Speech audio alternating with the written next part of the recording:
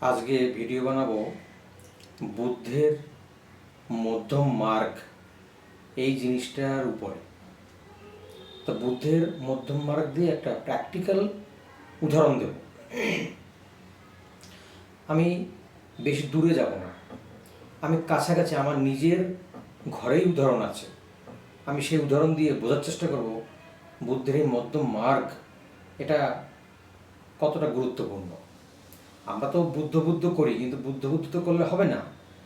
বুদ্ধ কি বলেছে, বুদ্ধ যে মার্জিন পন্থা যেটা আবিষ্কার করলেন, যে জিনিসটা বললেন, সেই জিনিসটাকে কি আমরা প্র্যাকটিক্যালি বুঝছি, সেটারই একটা উদাহরণ দেব।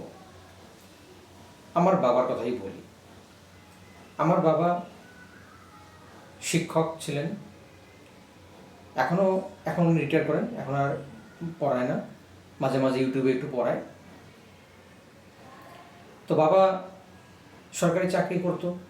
তো সরকারি চাকরি করে যে মায়না পেয়েছিল, বাবা কি করলো, আমাদেরকে ভালো রাখার জন্য, ঠিক আছে, মানে আমরা ছেলেরা, তারপরে তার ওয়াইফ বউকে ভালো রাখার জন্য কি করলো, সুন্দর করে একটা বাড়ি করার স্বপ্ন দেখলো। কেননা বাবা অর্থনৈতিকভাবে গরিব ছিল প্রথমে, চাকরি পাওয়ার আগের জীবনের কথা বলছি। বাবা আমার ঠাকুরদা কিছু রেখে যায়নি, সম্পত্তি সেরকম বিশেষ কিছু রেখে যায়নি। তাহলে বাবার মনে হয়েছে যে আমি চাকরি পেয়েছি, তাহলে একটু ওরা ভালো থাকুক, ওদের জন্য একটা সুন্দর করে বাড়ি করে যাব। এটা তো ভাবাটা খুব একটা অযৌক্তিক না, ভাবা যেতেই পারে। পয়সা থাকলে সে তো একটা বাড়ি করবে, এটা খুব স্বাভাবিক ব্যাপার, বাসস্থান তো প্রয়োজন। কিন্তু কি করলো বাবা, বাড়িটা খুব সুন্দর করে করার চেষ্টা করলো, অর্থাৎ জাঁকজমক করে বাড়িতে পাথর বসালো, ঠিক আছে, আরও সুন্দর করে আসবাবপত্র সাজিয়ে, মানে প্রচুর খরচা করে ফেললো।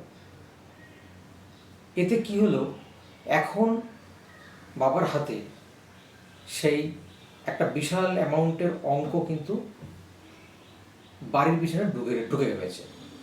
বাবার হাতে কিন্তু সেই একটা অ্যামাউন্ট নেই। এমতো পরিস্থিতিতে আমি এখনো পর্যন্ত ঠিকঠাকভাবে দাঁড়াতে পারিনি। তাহলে যদি বাবা মারা যায় তাহলে আমার একটা পরিবার আছে, কি করে চলবে? এখন এই বড় বাড়িটাই একটা সমস্যা হয়ে গেছে, এত টাকা ইনভেস্ট করে রেখে দিয়েছে। এখন এই বাড়ি থেকে কি আর টাকা আসছে? বাড়ি থেকে একটা সামান্য ভাড়া আসছে, অল্প স্বল্প কিছু আসে, কিন্তু এই বাড়িটার তো আর ভ্যালু বাড়ছে না, এই বাড়িটার ভ্যালুটা দিন দিন কমছে। বাড়ি যত পুরনো হবে তত কী হবে, এর দামটা কমে আসতে থাকবে। তাহলে বাবা বুদ্ধকে মানতো, জানতো, কিন্তু বুদ্ধের যে কথাটা সেটা বাবা বুঝতে পারলো না, যে মধ্যম পন্থা, অর্থাৎ অতিরিক্ত বিলাসিতাও না, আবার অতিরিক্ত একেবারে কমও না, দুটোর মাঝামাঝি বুদ্ধ থাকতে বলেছিল। বুদ্ধ কোনো এক্সট্রিম মার্গের কথা বলেনি, কেননা বুদ্ধও নিজে ভুল করেছিলেন। প্রথমে এক্সট্রিম মার্গে গেছেন, তা কঠোর তপস্যা করে তিনি দেখলেন সত্য পাওয়া যায় না। আমার বাবাও ভেবেছে যে ভালো একটা বাড়ি সুন্দর করে দিলে ওরা বুঝি খুব সুখে শান্তিতে থাকবে, কিন্তু সেটা কিন্তু হলো না। এই সুন্দর বাড়ি করতে গিয়ে প্রচুর টাকা নষ্ট করে ফেললো, এখন টাকার সমস্যায় পড়ছে, ঠিক আছে। এখন আমার জন্য যে একটা কিছু অ্যাসেট রেখে যাবে, একটা হিউজ অ্যামাউন্ট যে রেখে যাবে, সেই জিনিসটাই তো এখন পাচ্ছে না, কেননা বাড়ি করে ফেলছে। তারপরে বাড়ির ভাগ নিয়ে দুই ভাইয়ের মধ্যে সমস্যা, অনেক রকম মানে পরিস্থিতি তৈরি হয়েছে। আমি তাই একদিন বলেছিলাম একটা কথা, সেটা বাবার ভালো লাগেনি কথাটা, আত্মীয় স্বজনরাও সাপোর্ট করেনি, ঠিক আছে। আমি বলেছিলাম, একটা প্রশ্ন তুলেছিলাম, আপনাদের কি সেটা শেয়ার করছি, তো আপনারা এটা বিচার করে বলুন বা ভাবুন, আমাকে কমেন্ট করে জানাবেন যে আমি কি অযৌক্তিক ছিলাম কিনা। আমি বলেছিলাম যে স্কুল মাস্টার, একজন শিক্ষকের দোতলা বাড়ি থাকবে কেন, পাথরের ঘর থাকবে কেন, এই কথাটা আমি বলেছিলাম, প্রশ্নটা তুলেছিলাম। শিক্ষক, তার থাকবে সম্মান, তার থাকবে কি সম্মান। কেন তার দোতলা বাড়ি থাকবে না, বা পাথরের বাড়ি জাঁকজমকপূর্ণ করে থাকবে না? কেননা একটা শিক্ষকের মাইনা যা হয় তাতে একটা ছোটোখাটো একটা একতলা বাড়ি করা যায়, তাতে একতলা বাড়ি করে হাতে টাকা সেভ করে অনেক রাখা যায়, ঠিক আছে।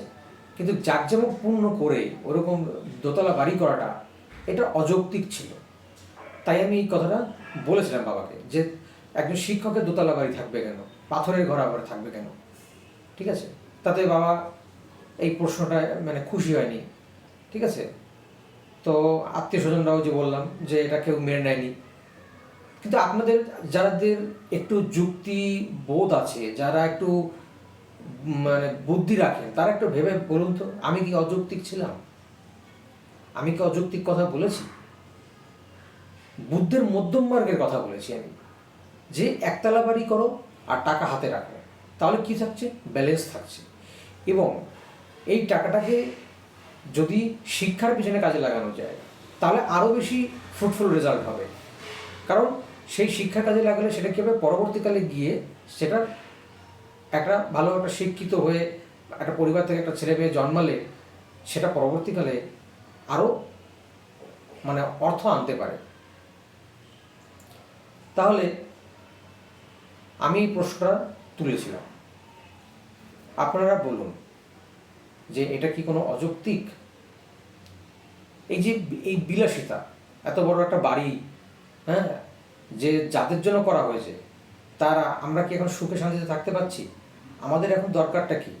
একটা হিউজ অ্যামাউন্ট হাতে দরকার, বাবার এখন অ্যামাউন্ট দরকার, টাকা দরকার, কিন্তু আটকা রয়েছে টাকা বাড়ির পিছনে। আর এই বাড়ি আস্তে আস্তে আস্তে আস্তে যত পুরনো হবে তত এর ভ্যালু কমতে থাকবে, জমির দামটা বাড়বে। জমির দামটা যদি জমি কিনে রাখতো তাহলেও কিন্তু ভালো হতো।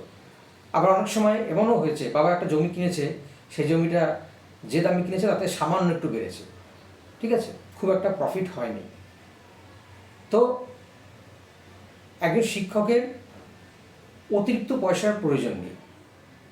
একজন শিক্ষক সম্মান পাবে। কারো বাড়িতে গেলে সে একটা চেয়ার পাবে, তাকে বলবে মাস্টারমশাই, এটাই তার কাছে বড় প্রাপ্য।